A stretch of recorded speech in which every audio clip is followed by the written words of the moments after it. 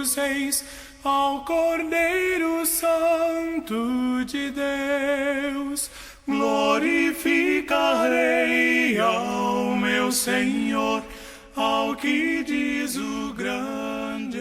Bom dia, irmãos, bom dia, amigos. Muito bem-vindos ao canal Comunhão Org para a série Eu e Minha Casa Serviremos ao Senhor. Uma série que tem um propósito de trazer conteúdo bíblico para vencermos esse grande desafio, junto com nossa casa, os desafios que nos afastam do Senhor, para que fiquemos firmados no Senhor, para ter uma casa abençoada pelo nosso Deus. E hoje tenho a honra de estar com o nosso irmão Cirineu, que vai nos trazer esse primeiro desafio de alguns encontros que teremos juntos. Muito bom dia, meu irmão Cirineu. Muito bom dia, Fábio, que o santo e poderoso Deus possa abençoar você e abençoar também os nossos ouvintes, né? É um prazer imenso estar aqui com vocês. Então, meu nome é Cirineu, né? Eu sou mineiro, adoro falar o ai, o trem, eita nós. Tenho 54 anos, participo, né? Faço parte da igreja, acho que desde os meus 5 ou 6 anos, né? Começamos com um projeto que alimentava os pobres lá de perto da minha casa e eu fazia parte dessa turma. E a fome apertou, falei, vamos lá que eles têm comida. Aí fomos caminhando e até que um dia eu falei, opa, o negócio é com Jesus. Sou casado há 25 anos, né? A minha esposa Elci tem uma filha de 19 anos, ela está estudando fisioterapia e estão as duas, uma para o trabalho, outra para a escola, e eu estou aqui em casa, tranquilo. E uma outra coisa, eu sou formado em designer, né, pela Universidade do Estado de Minas Gerais, e atualmente sou estudante de engenharia civil, acho que devo estar no 7º período, acredito que sim, 7º, 6º. E o meu ministério na igreja é com os jovens, né? Eu trabalho com os jovens, eu acho que esse também é uma coisa interessante, que desde que eu tinha meus 7 anos, eu tomava conta dos meninos da rua da minha casa. As mães falavam, pode ir lá para o Cirineu, vai tomar conta de vocês. Aí lá a gente jogava bola, soltava papagaios, né? E fazíamos aquelas coisas de meninos, né? Então, eu fui convidado para que nós pudéssemos meditar nesta manhã sobre um tema central, né, que eu e minha casa serviremos ao Senhor, né? E diante desse tema central, nós extraímos um subtema, se assim posso dizer, né? E nesta manhã nós vamos meditar sobre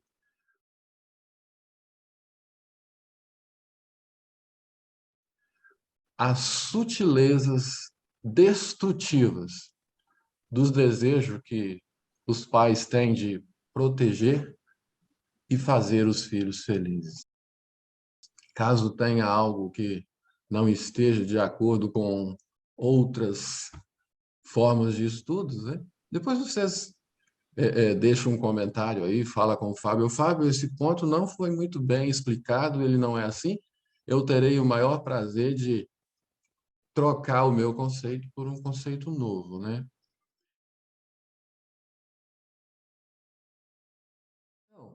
Por quê? Porque os pais, eles estão numa neurose muito grande, estão neuróticos, né? E eles tentam a qualquer preço proteger e fazer os filhos felizes. Entende? E nessa tentativa, eles estão pegando os filhos e colocando ele como o centro da família. E esse centro da família, ele tem sido, dessa família com esses pais neuróticos, eles têm sido o local perfeito para o surgimento dos grandes e pequenos imperadores e dos acéfalos, sabe? Então, esse é o nosso desafio.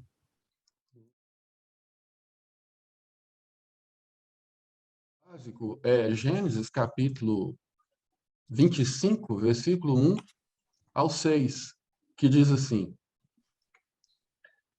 Abraão casou-se com outra mulher chamada Quetura. Ela lhe deu os seguintes filhos: Zirã, Joquizã, Medã, Midian, Isbaque e Suá.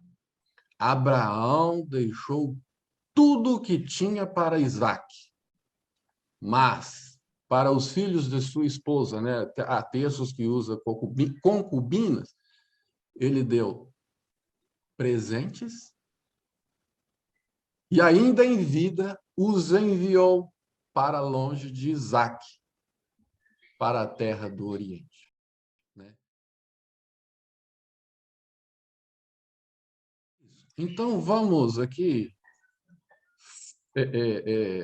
lembrar uma coisa, vamos trazer agora para a nossa atualidade, né? Que esse comportamento paterno de proteger e de fazer os filhos felizes, ele tem feito, na verdade, o que eles têm criado são pessoas refém do narcisismo deles, pais. Por quê? Porque os pais não estão conseguindo lidar com, sabe, aquela sombra, com a infelicidade, não é isso? Eles não conseguem lidar com a decadência matrimonial, né? A decadência matrimonial, porque eu tenho que consertar. Mas, para não consertar, eu desvio a minha atenção para uma outra coisa. Então, e aí esses pais têm descarregado nos filhos, né? Um monte de vício. Estão deixando os filhos viciados. Veja o caso do Abraão e Quetura. O Abraão, ele tinha uma esposa, mas a todo momento ele pensava em Isaque. Então, Isaque era o centro das atenções do Abraão, né? Porque provavelmente ele não tinha um relacionamento com a Quetura. Ele tinha o Isaque em todos os momentos dentro da casa, no pensamento, tudo que ele fazia, né? A gente vê que havia essa preocupação. Supomos que tivesse essa preocupação, porque a Bíblia, ela não é um livro moralista. Ela mostra a fragilidade humana, para que nós possamos aprender com ela, né? E você vê no trato dos outros filhos também, que ele deu o quê? Presentes. E mandou os caras para longe. Qual que é a ideia? Eu vou proteger meu filho. Que aí ele leva os filhos para longe e esse aqui fica protegido. Não é isso? Então, a gente pode notar agora, nós vamos forçar uma aplicação para nós, que os filhos, eles precisam de pais e mães saudáveis, porque eles já têm amigos. Amigos eles têm. Na rua, eles têm muitos. Então, quando você protege muito o filho, você, então, anula a autonomia dele. Ele fica vulnerável. Todas as coisas que vêm de fora o influencia. Por quê? Ele não tem a autonomia. Então, ele, como é um filho muito protegido, ele tem dificuldades em compreender regras, limites e autoridades. Por quê?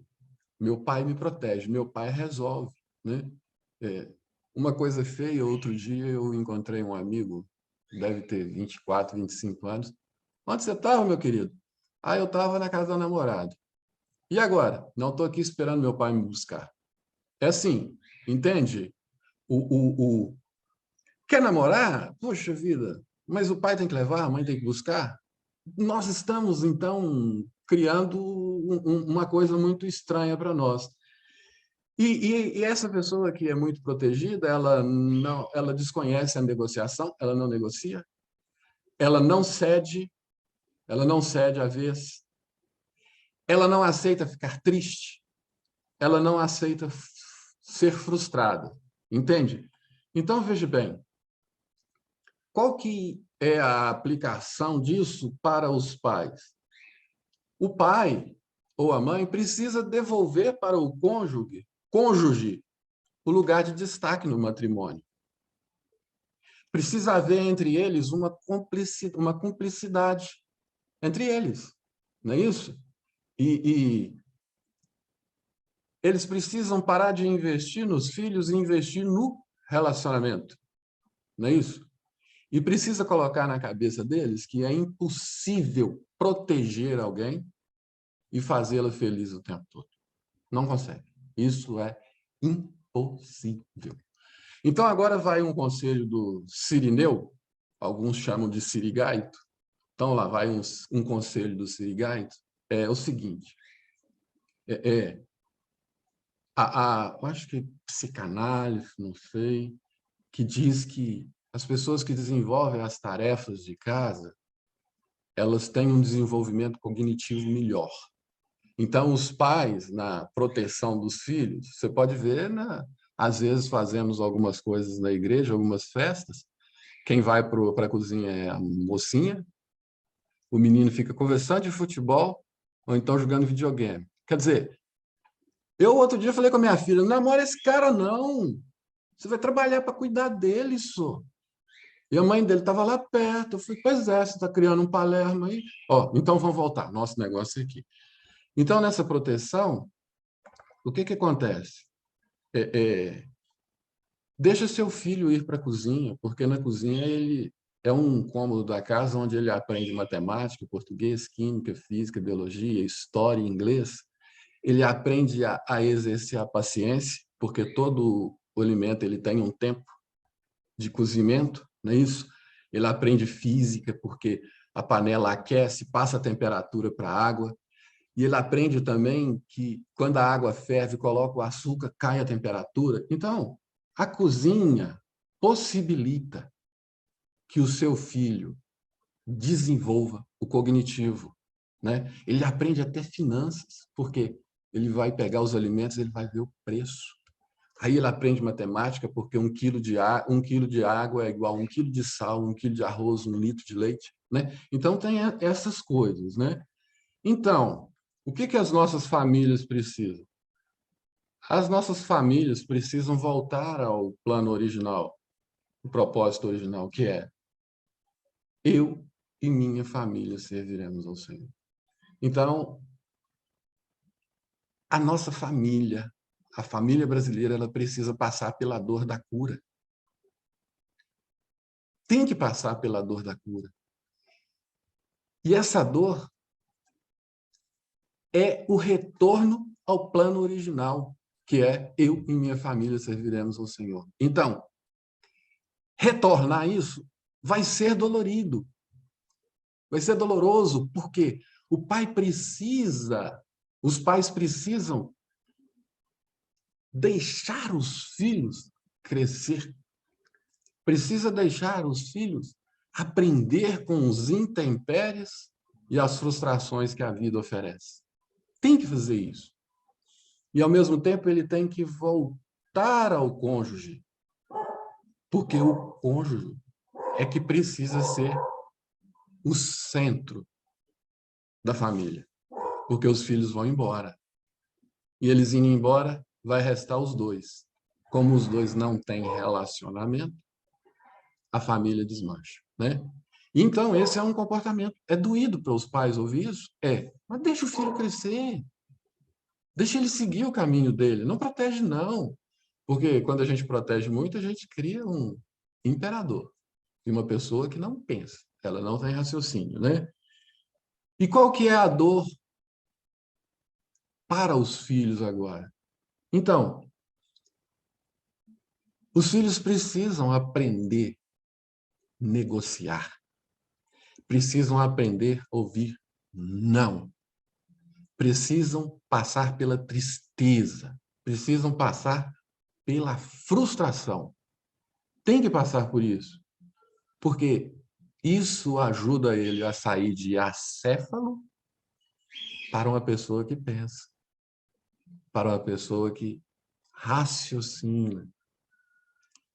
E fazendo isso, os filhos vão entender que o pódio da vida é feito com alegria, tristeza, frustração, derrota, vitória, se pudermos colocar aí empate, né? E é o pódio da vida. Então, nós só vamos retornar a esse plano original, né? Se cada um assumir o seu papel sem interferir no outro. Quando a gente faz isso, a família tem benefícios de ter filhos com uma saúde mental jóia, maridos e esposa com uma saúde mental excelente, e aí a gente tem uma coisa gostosa na igreja, que nós vamos ter pessoas alegres, sabe? Pessoas que não tomam calmante para dormir, sabe? Então, essa é a sutileza da proteção que nós pais temos, dessa neura de proteger os filhos e fazê-los felizes a todo momento, né?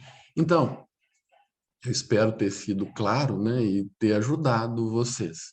Que Deus nos abençoe e que Deus abençoe você ricamente. Irmão Cirineu, muitíssimo obrigado. Excelente reflexão. É bastante coisa para digerir, para refletir. Vou me arriscar a dar uma ilustração que eu ouvi recentemente de um devocional, se eu não me engano, do irmão Alan Dutton, em que ele diz que, resumindo, um homem estava olhando uma lagarta ainda no seu casulo e abrindo aos poucos, e assim tornando-se borboleta. Só que ele, no intuito de ajudar, né, com boas intenções, mas ele rasga o casulo. E aí ele facilita essa saída da lagarta. E ela não desenvolve, os fluidos não vão para as asas, não desenvolve aquela asa e diminui o corpo, e ela não voa, nunca mais voa. Então, me arriscando uma ilustração, esse casulo é necessário, essas dificuldades encontradas são necessárias para os filhos irem se desenvolvendo por si só, irem se desenvolvendo para que eles possam voar na vida. Eu não sei se faz sentido. Fez sentido para você, meu irmão? Lógico. Qualquer interferência, ela a princípio parece ser benéfica, mas no final ela traz um resultado muito triste para a borboleta e para os nossos jovens. Entende que um jovem de 24 anos hoje, o pai tem que buscar na porta da casa da namorada. Eu, com 24 anos, eu estava, acho que no oitavo... Não, eu estava terminando o curso técnico, mas já tinha comprado meu lote. Entendeu? Então, a necessidade faz o sapo pular. Nós temos um cenário aí maravilhoso para formar homens de caráter, de hombridade. Nós estamos passando por uma crise financeira muito grande no país. Isso é a melhor coisa que tem para formar homens, porque é na crise que a gente cresce, né? Eu só não quero o Covid porque eu perdi 16 amigos. Mas o Covid teve uma vantagem. Ele fez eu me encontrar comigo mesmo, né? Então, vamos tomar cuidado com as sutilezas das proteções.